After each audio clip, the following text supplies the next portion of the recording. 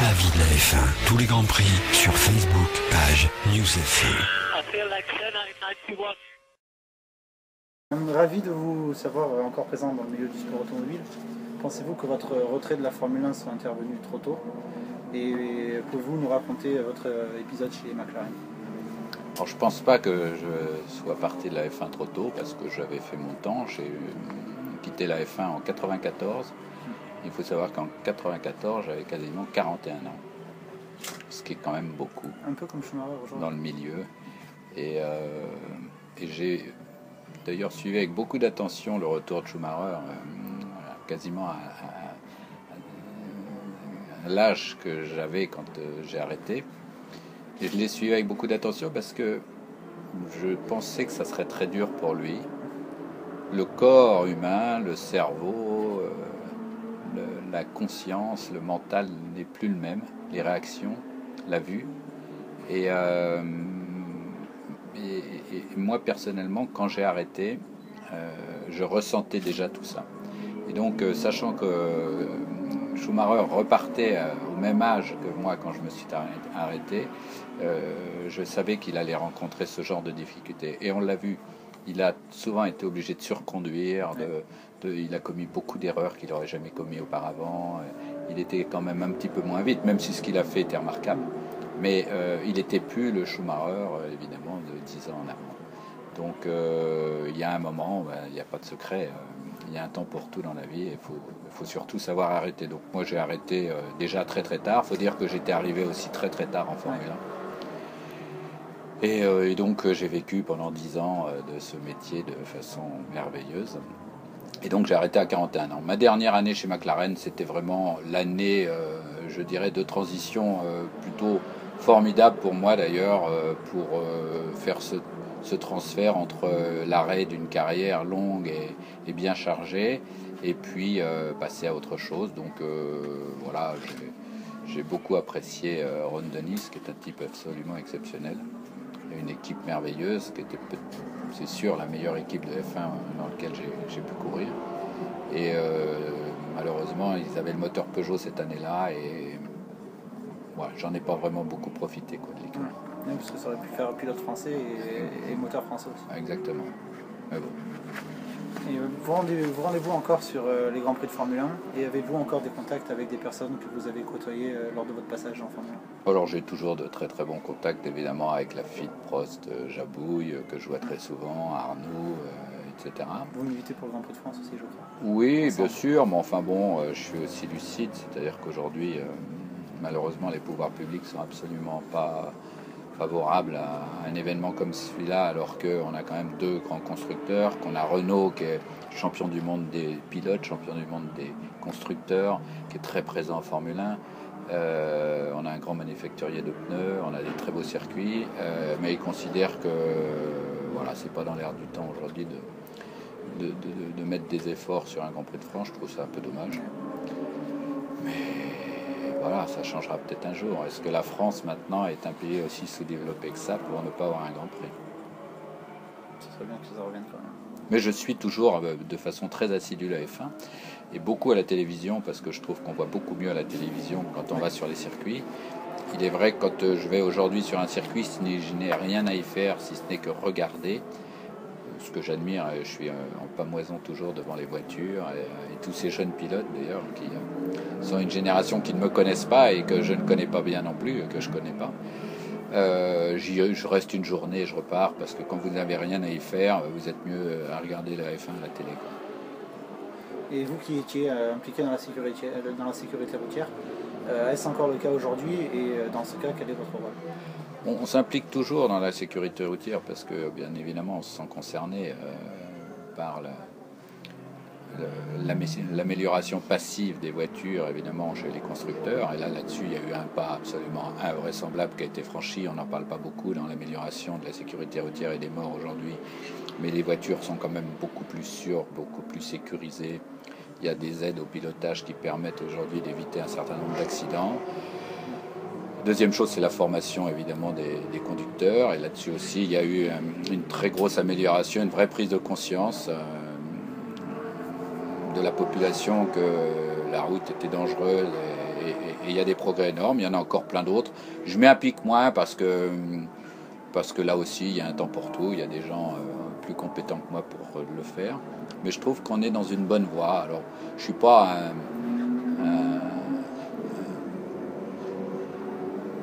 je regrette juste une chose, c'est qu'on a tendance un petit peu aujourd'hui à sanctionner de façon un petit peu trop arbitraire. C'est-à-dire que le type qui est pris au radar à 53 sur une route à sens unique où il n'y a même pas de voitures qui viennent en face, etc., c'est plus du rendement que de la formation. Donc ça, je trouve ça un petit peu dommage. On voit qu'en Allemagne, la sécurité routière, il y a moins de morts qu'en France et pourtant la vitesse est libre sur les autoroutes, etc. Donc je crois qu'il y a encore quelques aménagements à faire. Ça sera très difficile de revenir sur des acquis aujourd'hui en France, mais on pénalise de façon un petit peu trop arbitraire, je trouve. Et nous savons que la technologie qui est présente dans la voiture de Monsieur Tout-le-Monde arrive en partie de la Formule 1, mais aussi des championnats d'endurance, par exemple, comme le championnat du monde. Pensez-vous que la sécurité routière puisse également s'inspirer de la sécurité en Formule 1 ? Malheureusement, le problème est le suivant, c'est que les gens qui s'occupent souvent de la sécurité routière ont un état d'esprit qui est l'opposé de celui qui fait de la compétition. Et essayer de faire un amalgame entre les deux est aller au conflit immédiat. Donc malheureusement, je pense que si vous arrivez avec vos préjugés et puis vos acquis en disant que la course automobile peut apporter quelque chose à la sécurité routière, vous allez avoir une fin de non-recevoir. Et voilà, il faut savoir que dans les ministères ou dans les cabinets, les gens, bien souvent, n'ont pas le pragmatisme que l'on peut avoir si on est tous les jours dans une voiture ou voire même faire de la compétition. Et faites-vous partie de la FIA Action for Road Safety ? Non, parce que je suis... Beaucoup de pilotes en font partie. Oui, mais c'est quoi cette... C'est fait par la FIA, il y a... Ça lutte contre les infractions sur la route. Oui, j'en fais pas partie, mais pourquoi pas d'ailleurs. Si on me sollicite, j'adhérerai parce que je trouve que ce que fait Jean Todt est remarquable et qu'il fait un parcours exceptionnel. Et s'il fallait y adhérer, j'adhérerais tout de suite. Mais c'est vrai, j'ai jamais eu de contact à ce sujet. Pourquoi pas. Et avec votre expérience de patron d'écurie, seriez-vous intéressé par la création d'une école de pilotage à votre nom ou d'une structure dans différents championnats de Formule 1 ? Moi, une école de pilotage, si un jour on me sollicite et que effectivement il y a un très beau projet d'école de pilotage, j'adhérerai tout de suite parce que je trouve que former des jeunes à la conduite, c'est merveilleux. J'ai 2 jeunes enfants et je passe beaucoup de temps avec eux dès le plus jeune âge à leur apprendre à conduire, à leur apprendre à ce que c'est que de tourner un volant, à passer des vitesses, à freiner, à accélérer. Et je crois que justement la formation doit démarrer très très tôt pour rendre les gens plus sûrs quand ils seront lâchés sur la route. Moi, je ne lâcherai jamais mon fils dans une voiture après avoir simplement passé le permis de conduire. Je ne le lâcherai sur la route que quand il aura effectué beaucoup de kilomètres, que ce soit dans les champs, sur la terre, avec moi, etc., avant de le lâcher tout seul. Et je crois que ça, c'est une voie dans laquelle il faut vraiment aller de plus en plus, que la conduite accompagnée. Ouais. Mais évidemment, il y a bien d'autres possibilités, autres solutions pour former les jeunes à anticiper d'une part et surtout à avoir la bonne réaction devant l'imprévu. Et c'est souvent là que les accidents se créent, c'est quand il y a un imprévu, les gens ne savent pas comment réagir. Et là, c'est pareil, si vous dites au pouvoir public qui s'occupe de la sécurité routière, il faudrait faire du kart à tous les enfants à un moment donné de leur vie pour leur apprendre un petit peu ce que sont que les bases d'un dérapage, les bases d'un freinage en dérapant, les bases d'un tête à queue, eh bien, c'est une formation qui, à mon avis, est tout à fait remarquable. En revanche, les pouvoirs publics vont vous dire non, c'est une incitation à la conduite dangereuse et à la vitesse. Donc là, effectivement, on se heurte à des contradictions qui seront difficiles à bouleverser. Mais vous pourrez peut-être faire de votre fils un pilote de course. Ça, écoutez, alors c'est toujours le sujet qui est un peu compliqué parce que quand je l'emmène faire du kart et que je le regarde, évidemment je le regarde avec les yeux de l'amour et je trouve ça merveilleux. En revanche, je ne souhaite pas qu'il suive le même parcours que moi parce que c'est tellement aléatoire que je voudrais pas. pas. Mais en GT ou... Ouais, c'est vraiment des parcours du combattant très difficiles. S'il a envie de le faire, je ne mettrai pas de frein. Je suis pas sûr que je l'aiderai beaucoup. D'accord.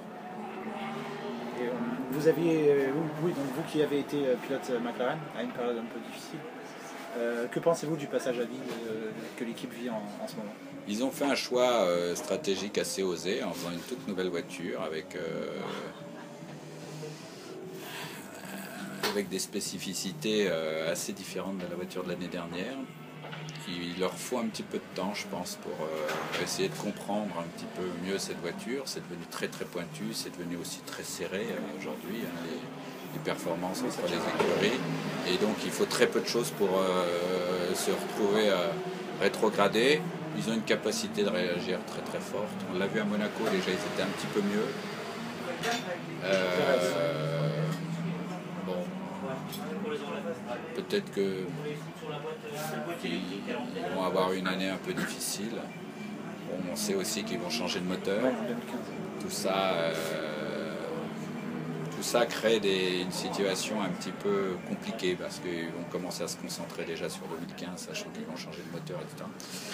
Donc il est sûr que McLaren devrait vivre peut-être une petite étape à vide. L'année prochaine aussi, sans doute. Parce que,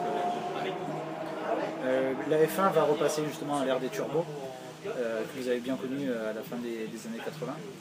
Êtes-vous nostalgique à l'idée de retrouver ce type de moteur et pensez-vous que ce soit une bonne chose pour la Formule 1 actuelle? Nostalgique, non, parce que moi je trouve que le bon V8 ou le bon V10 c'était merveilleux, c'est un joli bruit, etc., etc. Revenir au turbo, en ce qui me concerne, je vais être très modéré dans mes propos parce que je ne comprends pas bien aujourd'hui cette décision des motoristes d'aller dans cette voie-là, qui est une voie que l'on ne voit plus dans la voiture de tous les jours. On a pratiquement éliminé le turbo aujourd'hui dans la voiture de tous les jours. Donc on revient au turbo, qui était à l'époque sujet de grosses polémiques, parce que ça mettait le feu s'il y avait un problème, c'était très chaud, on pétait les turbos, etc., etc. Bon, les choses ont changé. Cette voie-là m'étonne, mais j'ai pas regardé vraiment le pourquoi du comment et pourquoi ils ont choisi cette solution-là. J'avoue que j'étais très surpris d'apprendre qu'on faisait un petit V6 avec un moteur turbo. C'est V6, hein. Un litre combien? 1,8 litre avec une bride ou je sais pas quoi. Ouais, je suis très, très étonné, mais bon, les motoristes et les patrons d'écurie F1 ont fait ce choix. Ils ont sûrement de bonnes raisons que je ne connais pas et dont je m'étonne.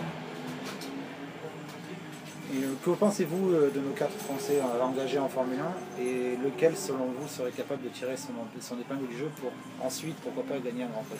Je trouve ça d'abord formidable. C'est merveilleux de retrouver 4 pilotes français. On se rend compte que quand même entre Bianchi et Auvergne, on voit quand même émerger 2 jeunes pilotes dont les parents n'ont pas d'argent. Contrairement à ce que raconte tout le monde, pour arriver à la Formule 1, il faut avoir de l'argent aujourd'hui. Ces 2 garçons-là ont suivi des filières et les parents ne les ont jamais vraiment aidés. Bon, un petit peu aux cartes au début, oui, etc. Mais pas, voilà. Donc ça, c'est un premier constat et je trouve ça très très bien. La deuxième chose, c'est que je pense que ils ont tous de bonnes possibilités de faire une belle carrière. Vergne a démontré à Monaco qu'il pouvait vraiment être là et dans des moments difficiles, etc. etc. Bianchi, je pense qu'il a beaucoup de talent. Et puis le petit Pic aussi. Donc non, je trouve ça plutôt très sympa. T'as un petit moment tout de suite, je suis là. Quand tu veux, il n'y a pas de... Je finis, je suis là. Top. Et Romain Grosjean? Et Romain Grosjean, alors là c'est un peu la déception surtout cette année, quoi, parce que l'année dernière, moi je lui ai un petit peu, non, au contraire, l'année dernière il était très souvent devant Raikkonen et il faisait des bêtises. Cette année il est derrière et il continue à faire des bêtises. Donc c'est plus inquiétant. Je crois que là il est dans une spirale, qui est vraiment une spirale négative. S'il n'en sort pas, sa carrière est terminée en F1, ça c'est sûr. Il va falloir une réaction très saine de sa part, c'est-à-dire d'abord de montrer qu'il est capable de faire des courses d'une grande intelligence, et deux, d'être aussi vite que Raikkonen. Et s'il n'arrive pas à démontrer ça dans les prochains Grands Prix, sa carrière est terminée parce qu'il est vraiment en sursis. C'est un peu dommage parce que c'est un garçon qui a du talent, et j'ai l'impression qu'il a le mental qui est pas au niveau de son talent. Bon, même si cette année il fait un peu moins d'erreurs, parce que quand même l'année dernière il fait moins d'erreurs, mais c'est au détriment, de performances qui sont quand même nettement inférieures à celles de Raikkonen, que ce soit en course ou en qualif. Ouais, c'est vrai.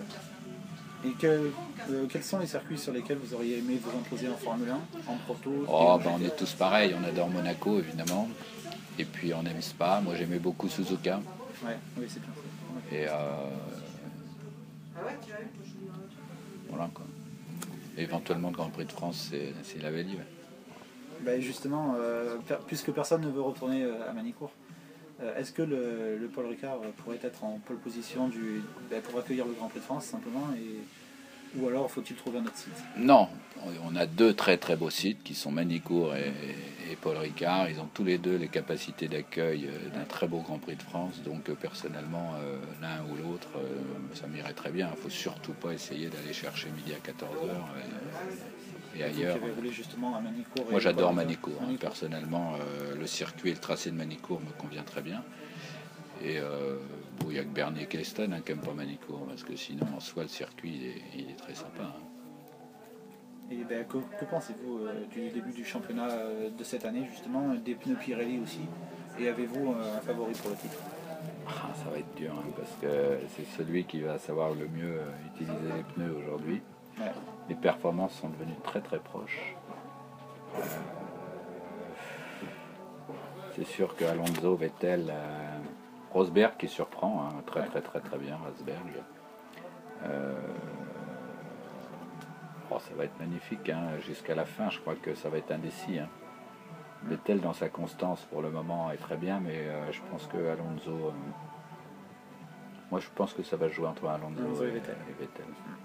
Même si Mercedes, ils risquent quand même d'avoir des petits problèmes avec le test gate qu'ils ont fait. D'une part, Monaco est aussi assez... Oui, ça use beaucoup moins les pneus. Ça use pas les pneus, c'est les plus tendres de l'année, on verra. Mais ils vont progresser aussi, c'est remarquable ce qu'ils font Mercedes. Et le petit Rosberg, c'est remarquable comparé à Hamilton. Et ayant fait équipe avec Yannick Dalmas lors d'une course de karting, pouvez-vous nous confirmer que sa sympathie a fait de lui le coéquipier avec qui vous avez eu le plus d'affinité? C'est un gars très sympa, c'est un méridional du Bossé, avec qui j'ai été coéquipier en Formule 1 et ensuite... il a quand même fait la moitié de les trois quarts, je crois, de sa carrière avec vous. Et en fait, c'est un de ceux que je revois le moins souvent. Parce qu'il habite ici dans le sud et les autres sont plus région parisienne, etc. Mais voilà, c'est un type très sympa. Il habite toujours au Bossé? Oui, apparemment, oui, il habite toujours au Bossé. J'ai rencontré son fils il y a quelques temps, mais je ne l'ai jamais vu ici. Yannick, je ne l'ai jamais vu ici. C'est un type qui est assez secret, assez renfermé. Mais voilà, c'est un type très sympa. Il a eu un terrible accident qui l'a un peu transformé. Son accident aux États-Unis a quand même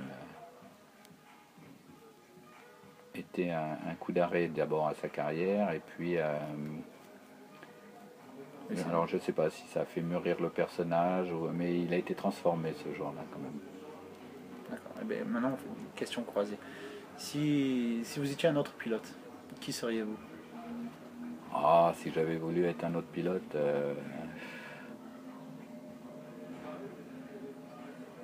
Mario Andretti. Pas mal. Un animal.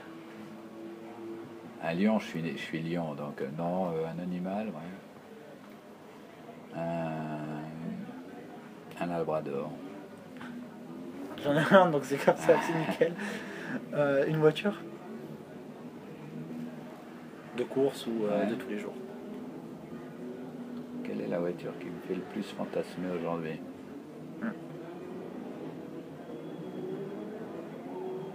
Nenzo. Ferrari Enzo. Un circuit. Spa. Une écurie de Formule 1. Ouais, Ferrari pour moi c'est... Pour le prestige. Ouais. Une star. Une personnalité connue.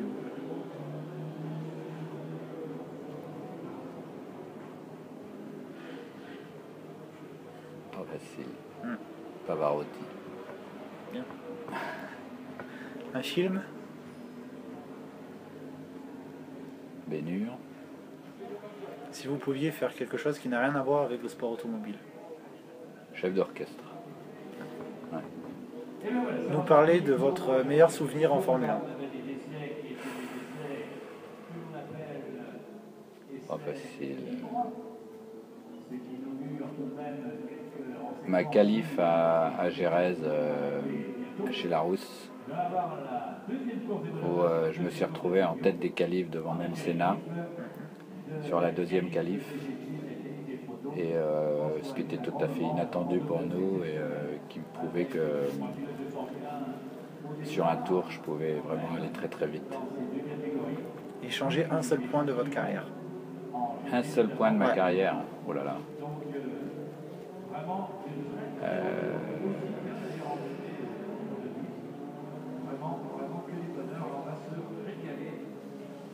S'il y avait eu un point qu'il fallait s'en changer chez moi, c'était pas d'être plus persévérant, mais d'être plus...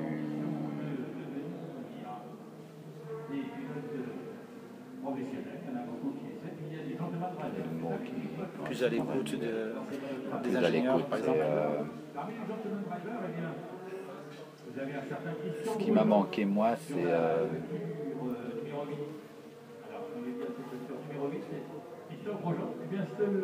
et ce qu'ont tous les gens qui réussissent très très fort, c'est cette espèce de...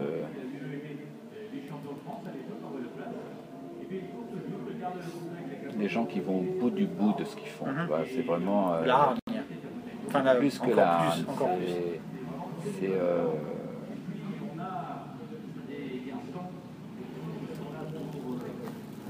quel que soit le domaine dans l'activité, les gens qui réussissent, c'est des gens qui sont très... merde, je trouve pas le mot... Oui, qui vivent le chose un peu comme Senna quand tout le monde disait à Monaco quand il faisait des tours. Non, ouais, mais qui vont tout au bout du bout de tout, ouais, voilà. C'est-à-dire des gens qui sont très... Allez, c'est parti. Je cherche un mot, mais je te le trouverai tout à l'heure. Ça va, ok. Allez, merci. Petite photo. Je mets ça là. Si vous deviez nous donner le nom de votre meilleur adversaire jusqu'à aujourd'hui.